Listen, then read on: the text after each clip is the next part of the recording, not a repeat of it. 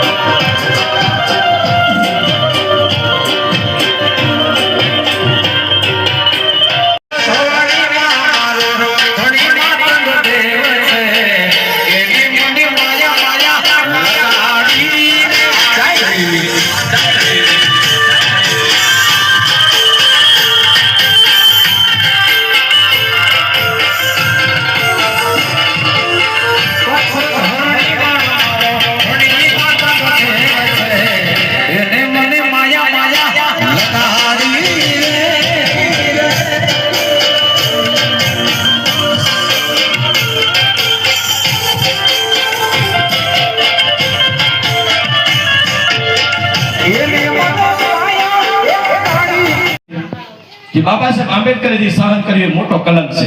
આને દૂર કરવા માટે થઈને જ બાબા સાહેબ આંબેડકરે આ દેશનું સંવિધાન લખ્યું લખ્યું ને?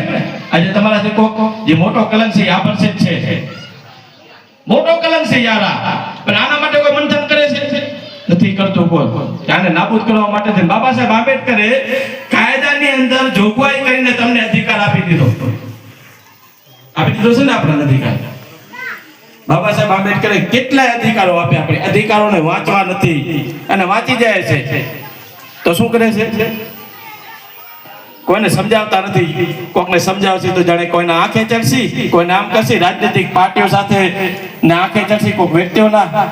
બાબા સાહેબ આંબેડકર એમને જે એમની હયાતીઓમાં જે અત્યાચારો સહન કર્યા, જે સંઘર્ષો કર્યા, આપણે એના દરેક પુસ્તકોની અંદર એમના પોતાના ભાષણો આપણે સાંભળતા હોઈએ છીએ, વાંચતા હોઈએ છીએ આપણે. પણ ખરેખર બાબા સાહેબ આંબેડકરની આપણે જન્મ જયંતિ ઉજવીએ છીએ ત્યારે ખાલી નાચવા ગાવાનું યાદ નથી. ખરા અર્થમાં જો બાબા સાહેબ આંબેડકરની જન્મ જયંતિ તમે ઉજવવા માટે અને તમારે ઉજવી હોય ને તો તમારા દિવસમાં જેમ સાહેબે વાત કરી 30 દિવસ હોય છે. આખા દિવસની અંદર કાર્યક્રમ અહીં અમારા યુવા દ્વારા જે કંઈ આયોજન અમે વર્ષો વર્ષથી કરીએ છીએ અને અમે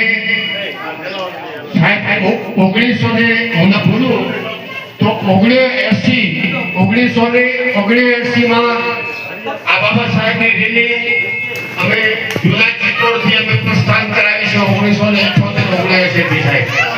અને એનું નેતૃત્વ પણ બધા અમારા યુવા મિત્રોને ખબર છે મેં સંભાળ્યું હતું. અને એ સમય તો સાહેબ થોડો એમ કહેવાય કે 50% રાજાશાહી જેવો અમારું ગામ. પણ એ વખતે અમે કમર કસી હતી અને અમે ઘણું ઝડપ્યું હતું. પણ સંજોગો વરસાદ થોડું વચમાં થોડું ડાઉન થઈ ગયું હતું. એ સાથે હું કહું છું કારણ કે એમાં થોડી માણસોથી અમારા એમ કહેવાય તો આજ કહી શકું કે વડીલોની થોડી ગેરસમજ હતી જેના કારણે એ થોડુંક એ કામમાં એ અમે સક્સેસ થઈ ગયા. થોડી રૂકાવટ થઈ. વિશેષ ટાઈમ ન લેતા કારણ કે ટાઈમ ઘણો વીતી ગયો છે અને ઘણો સમય થઈ ગયો છે. તો આપણી વચ્ચે જે મહેમાનો હતા આપણા યુવા ગ્રુપના આમંત્રણને માન આપી અને જે મહેમાનો આપણે પધાર્યા છે એમનો પણ આપણે ઘણું સજેશન માર્ગદર્શન લઈ